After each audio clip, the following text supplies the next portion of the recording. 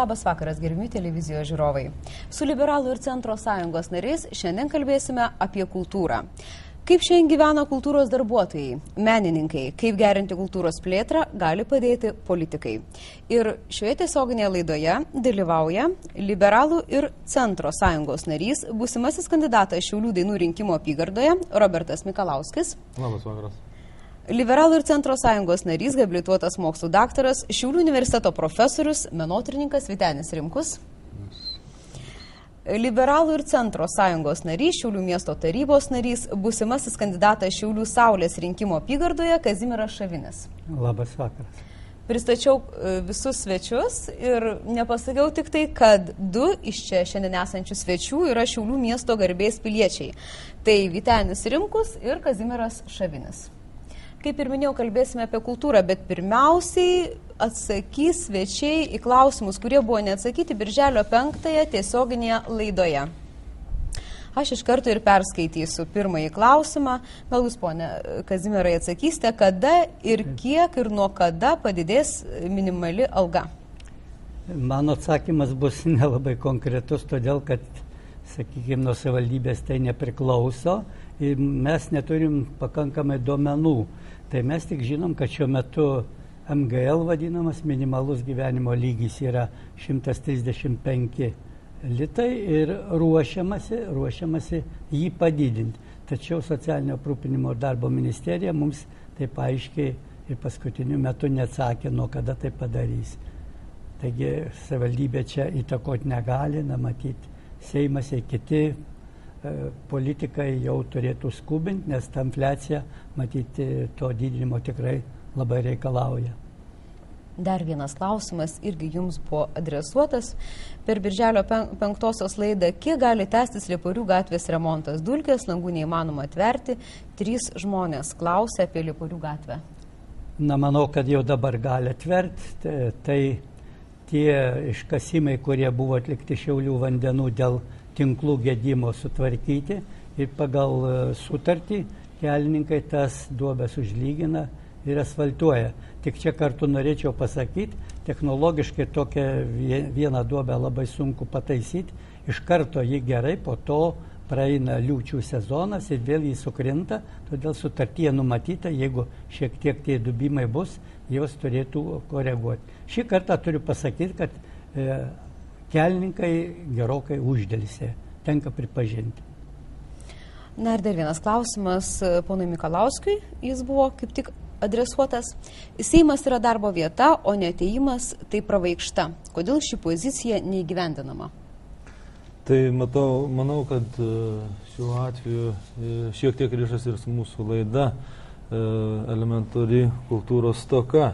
Šiuo atveju Kęstučio Daukšio ir Mykolaičio atvejais, kada Seimo nariai tiesioginiu darbo metu gali sau leisti, piknaudžiauti, lankytis kitose valstybėse, atostogauti pačio darbymečio metu, be abejo yra vertinimas neigiamai, tai yra tiesiog mūsų kultūros dalis. Ir šiuo atveju manau, kad rinkėjai turi vis dėlto įvertinti ir ne tik tai kaip asmenybės, kaip Seimo nario veiklos rezultatus, bet tiesiog ir pačios partijos. Matomai partija daro klaidas, pasirinkdama tokius asmenys, kurie nepaiso tiesiog valstybės etiketo. Ir vienas iš sprendinių yra be abejo tos finansinės sankcijos, apriboti jų atlyginimus ar reiškia kažkokiam kitom priemonėm. Tai yra tiesiog sudėtinga. Be abejo, tai reikėtų taikyti, bet jeigu Seimo narys nesuvokia, kad tai yra valstybės institucija, nuo kurios darbo priklauso mūsų visų gyvenimo gerbūvis, daugiau niekas nebegali suprasti daugiau. Pone Šavinis, gal jūs norite papildyti dar? Na, turbūt, sakyčiau, matyti žmonės vis pasirinkdami tą politiką padaro klaidų, matyti neįvertina, gal kai kada neįmanoma įvertinti, bet manyčiau tokie išpoliai, kurie dabar čia atsitikę yra pastaruoju metu Seime ir ne tik šitų dviejų paminėtų Seimo narių, galėjo būti pastebėti anksčiau. Tiesiog, matyti, rinkėjams nepakanka informacijos, gal iš tikrųjų. Čia kaltinti tai labai paprasta. Todėl siūlyčiau rinkėjams daugiau domėtis tą kandidatūrą, domėtis, kaip jis toliau, kur tai elgėsi, artimiausio aplinkoje darbovietėje. Tik tada matyti. Kito vaisto čia nėra. Tos nuobaudos jiems ten kaip musės įkandimas drambliui. Na, visi klausimai atsakyti iš praėjusios laidos, o šiandien, kaip minėjau, kalbėsime apie kultūrą. Ir kokia šiandien yra situacija Šiauliuose, ponia Šavinė? Na, kultūros situacija Šiauliuose turbūt visi mes skirtingai vertiname.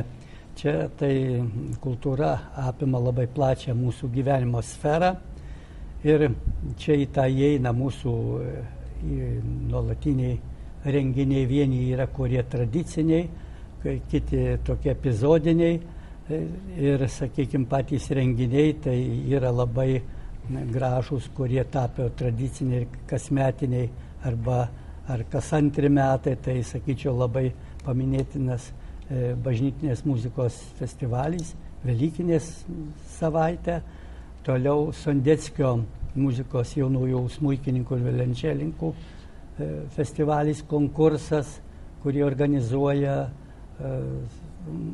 Pirmoji muzikos mokykla, berniukų choras Dagilėlis. Na, tiesiog galima dar daugiau vardinti, ten šokių kolektyvas Šeltinis, iš tikrųjų labai daug dirbančių kolektyvų ir jie tikrai daug kur pasirodo.